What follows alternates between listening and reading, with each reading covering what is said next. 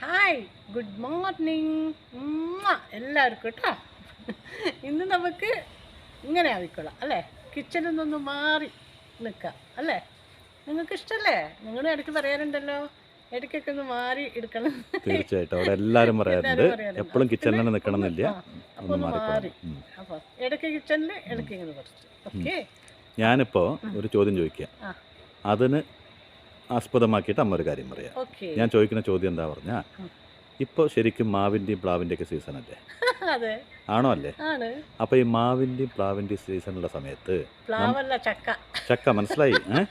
അപ്പോൾ മാവും ചക്ക തന്നെ പ്ലാവ് എന്ന് പറയാം. അപ്പോൾ ഇതിൻ്റെ സീസണാണ് പറയേണ്ടത്. തന്നെ ഈ സീസണുള്ള സമയത്തല്ലാണ്ട് അതിൻ്റെ മുകളിലേക്ക് ആരെങ്കിലും നോക്കാറുണ്ടോ? ഇല്ല. പിന്നെ നമ്മുടെ എന്താ പറയുക, ഒരു ചൂരെടുത്ത് അടിച്ചു വരുന്ന സമയത്ത് അതിനെ പ്രാവ്യം കൊണ്ടുണ്ടാവും. ശരിക്കും ഒരു സീസൺ ആവുന്ന സമയത്ത് നമ്മുടെ ഈ മാവിൻ്റെ മരത്തേക്കും പ്ലാവിൻ്റെ മുകളിലേക്കൊക്കെ ഭയങ്കര ശ്രദ്ധയോട് കൂടി നോക്കും. അതാ അവിടെ നിന്നായി, അതാ ഇവിടെ നിന്നായി എന്നൊക്കെ, അതാ അവിടെ പടുത്ത് നിൽക്കണമെന്നൊക്കെ പറയും. അത് കഴിഞ്ഞ് അതിന് സീസൺ ഇല്ലാത്ത സമയത്ത് അതിൻ്റെ ചോട്ടിൽ കിടക്കണ അതിൻ്റെ ഇലയൊക്കെ കാണുമ്പോൾ അടിച്ചു പോരും കൊണ്ടിരിക്കുമ്പോൾ അതേ മാവിനും പ്ലാവിനും മനുഷ്യൻ പ്രാവും അല്ലേ? അപ്പോൾ ഉപകാരമുള്ളപ്പോൾ മാത്രമാണ് മനുഷ്യൻ എന്തിനേയും ഓർക്കുള്ളൂ, അത് മരമായാലും മനുഷ്യനായാലും. ഇതിനെ ആസ്പദമാക്കിയിട്ട് എന്താ പറയാ? അത് എളുപ്പല്ലേ, എന്തറിയോ, ഇപ്പോൾ എല്ലാവരും പറഞ്ഞു കേട്ടിട്ടുണ്ട് കേട്ടോ, ഏതാണ്ട് ഒരു 80% 90% തന്നെ പറയാം. ആദ്യം പെർസെൻറ്റേജ് തീരുമാനിക്കണം. 90% ആൾക്കാരും പറയുന്നത് കേട്ടിട്ടുണ്ട്. എന്തറിയോ, എനിക്കൊരു നല്ല കാലം ഉണ്ടായിരുന്നു, ഒരുപാട് സമ്പത്തും പണവും എല്ലാം ഉള്ള സമയത്ത് എന്നെ കാണാൻ ഒരുപാട് സുഹൃത്തുക്കളുണ്ടായിരുന്നു, ബന്ധുക്കളുണ്ടായിരുന്നു. അവരെപ്പോഴും എന്നെ വന്ന് കാണും, എന്നെക്കുറിച്ച് നല്ലതേ പറയൂ. അങ്ങനെയൊക്കെ ഒരു കാലം എനിക്കുണ്ടായിരുന്നു. ഇന്ന് ഞാനിപ്പോൾ അതെല്ലാം നശിച്ചു. ഞാനിപ്പോൾ ഒരു കഷ്ടതയുള്ള കാലത്തിൽ ജീവിക്കുമ്പോൾ അവരൊന്നും എന്നെ തിരിഞ്ഞു പോലും നോക്കുന്നില്ല. അതുമാത്രമല്ല, നേരിട്ട് കണ്ട് നമ്മളൊന്ന് പുഞ്ചിരിച്ചാൽ പോലും അവർക്ക് പുഞ്ചിരിക്കാൻ പോലും മടിയാണ്. എന്നെ പുകഴ്ത്തി പറഞ്ഞവരും എന്നെ എന്താ പറയുക, ഞാൻ എന്തൊക്കെയാണെന്നൊക്കെ പറഞ്ഞ ആൾക്കാരാണ്. പക്ഷെ അവർക്ക് ഇപ്പോൾ ഒന്ന് മിണ്ടാൻ പോലും മടിയാണെന്ന് പറയുന്നത് ഞാൻ ഇഷ്ടം പോലെ എൻ്റെ അനുഭവം ഞാൻ ഒരുപാട് പേരെ കണ്ടിട്ടുണ്ട് ഈ പ്രായത്തിലെത്തി. അപ്പോൾ അതൊക്കെ അനുഭവം ഉണ്ടല്ലോ എല്ലാവർക്കും.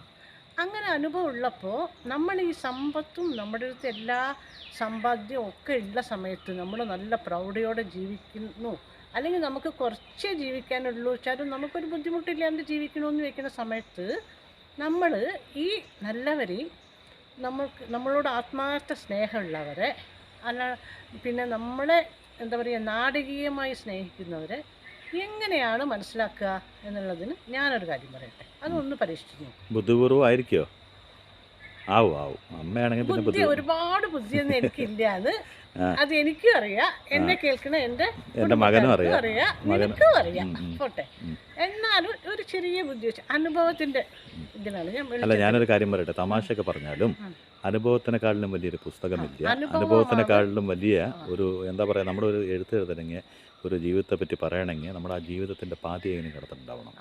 അല്ലാണ്ട് ഇന്നലെ മുട്ടുന്ന വിരിഞ്ഞ ഒരു പൂ പൂർണ്ണമായിട്ടൊരു പുഷ്പമാവില്ല എന്ന് പറയും പോലെ എനിക്കോ അതൊന്നും അതിനെപ്പറ്റിയൊന്നും പറയാൻ പറ്റില്ലല്ലോ.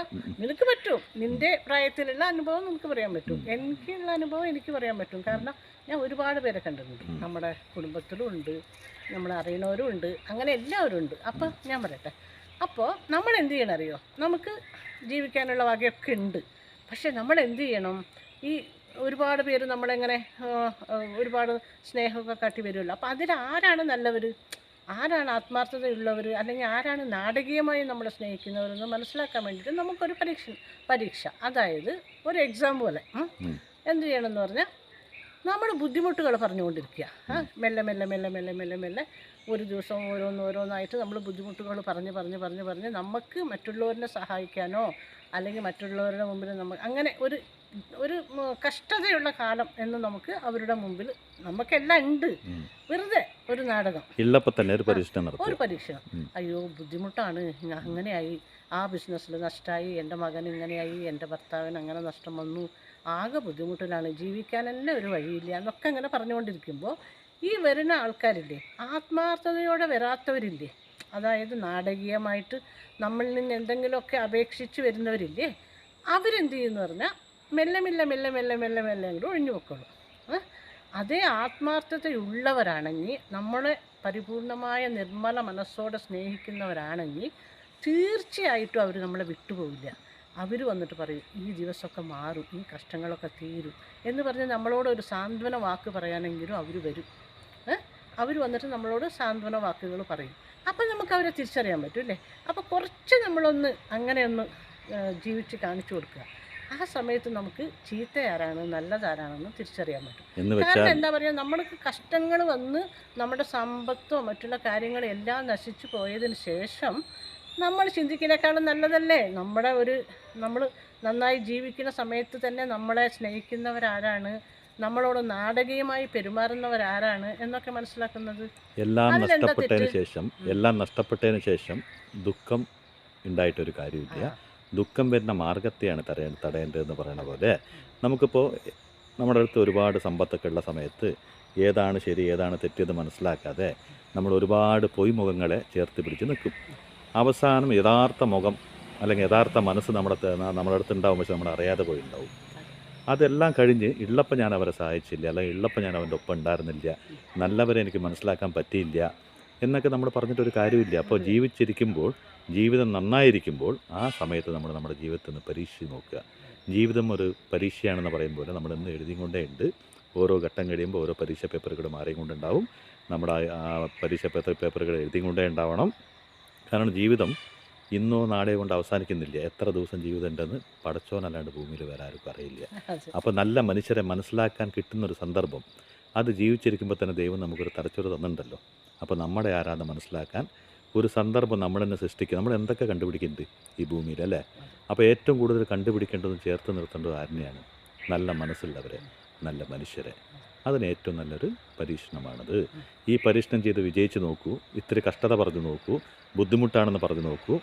നല്ലവർ നിങ്ങളെ വിട്ടുപോവില്ല, അല്ലാത്തവർ അഭിനയിച്ചവരെല്ലാം നിങ്ങളെ വിട്ടുപിരിയും. പിന്നെ ഒരു കാര്യമുണ്ട്, ഈ ലോകത്ത് കാണുന്നത് എന്താണെന്നറിയോ? നമ്മളെ ഇങ്ങോട്ട് സ്തുതിച്ച് നമ്മളെ ഒരുപാട് പുകഴ്ത്തിയൊക്കെ പറയണങ്ങൾ കേട്ട് കഴിഞ്ഞാൽ അവരാണ് നമ്മളെ ഒരുപാട് ആത്മാർത്ഥതയോടെ സ്നേഹിക്കുന്നത് നമ്മൾ തെറ്റിദ്ധരിക്കുകയാണ്. അത് നമ്മളിൽ കാണുന്ന ചെറിയൊരു കുറ്റങ്ങളാണെങ്കിലും കുറവുകളുണ്ടെങ്കിൽ ഇത് ശരിയല്ല, ഇത് നീ ഇങ്ങനെ ചെയ്യരുത് എന്ന് പറഞ്ഞു കൊടുക്കുമ്പോൾ അത് കേൾക്കാൻ അവർക്ക് താല്പര്യമില്ല. കാരണം എന്താണെന്ന് പറഞ്ഞാൽ അവർ വിചാരിക്കും, ഓ ഞാനിങ്ങനെ ജീവിക്കുന്നത് കണ്ടിട്ട് എന്നോടുള്ള അസൂയ കൊണ്ടാണോ ഇവർ പറയണത് എന്ന് തെറ്റിദ്ധരിക്കും. പക്ഷെ അതല്ല സത്യം. എന്താ പറഞ്ഞാൽ അവർ നന്നായി ജീവിക്കട്ടെ, അവരുടെ തെറ്റുകൾ അവർ തിരുത്തി അവർ നല്ല മാർഗത്തിലൂടെ പോട്ടെ, അവർക്കൊരു കഷ്ടം വരാതിരിക്കട്ടെ എന്ന് പറഞ്ഞിട്ടായിരിക്കും നമ്മളെ ചിലർ തിരുത്തുക.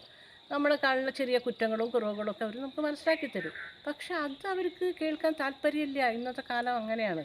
അപ്പോൾ ഒരുപാട് പുകഴ്ത്തി നീ അതാണ്, നീ ഇതാണ്, നീ ദൈവമാണ്, നീ അങ്ങനെയാണെന്നൊക്കെ പറയുന്നവരെ അവരങ്ങോട്ട് അടുത്ത് കൂട്ടും. അവസാനം എന്താ ഉണ്ടാവുക? അതിൽ നിന്ന് അവർക്ക് നല്ലതൊരിക്കലും നല്ല ഒരു കാര്യം നടക്കാൻ ഇടയാവില്ല. അവരവരെ പിന്നിൽ നിന്ന് കുത്തുക തന്നെ ചെയ്യും. അതാണ് ഇത്രയും കാലത്തെ എൻ്റെ അനുഭവം കൊണ്ട് എനിക്ക് ചുറ്റുമുള്ളവരെ കണ്ടിട്ട് മനസ്സിലായിട്ടുള്ളത്. അപ്പോൾ ജീവിച്ചിരിക്കുമ്പോൾ ജീവിതത്തിലെ സമ്പത്തിനെക്കാട്ടിലും കൂടുതൽ നമുക്ക് വേണ്ടത് സമാധാനമാണെങ്കിൽ നല്ല മനുഷ്യരെ നമ്മുടെ ഒപ്പം ഉണ്ടാവണം. നല്ല മനുഷ്യരെ. പൊയ്മുഖങ്ങൾ എത്ര ഉണ്ടായിട്ടും കാര്യമില്ല. അത് നമ്മുടെ കയ്യിലുള്ളത് കഴിഞ്ഞപ്പോൾ അതങ്ങനെ തന്നെ ഇറങ്ങിപ്പോവും. ഈ ഇറക്കത്തിൽ വെള്ളം ഒലിച്ചു പോണ പോലെ അതങ്ങോട്ട് പൊക്കോളും. പക്ഷേ ഒരിക്കലും വറ്റാത്തൊരു കിണർ പോലെ, ഉറവുള്ള വെള്ളം പോലെ എന്നെന്നും നല്ല ബന്ധങ്ങൾ കൂടെ ഉണ്ടാവട്ടെ, അല്ലേ? അപ്പോൾ ഇതൊന്ന് പരീക്ഷിച്ച് നോക്കൂ കേട്ടോ.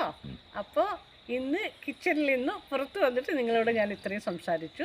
അപ്പോൾ എല്ലാവർക്കും ബായ്.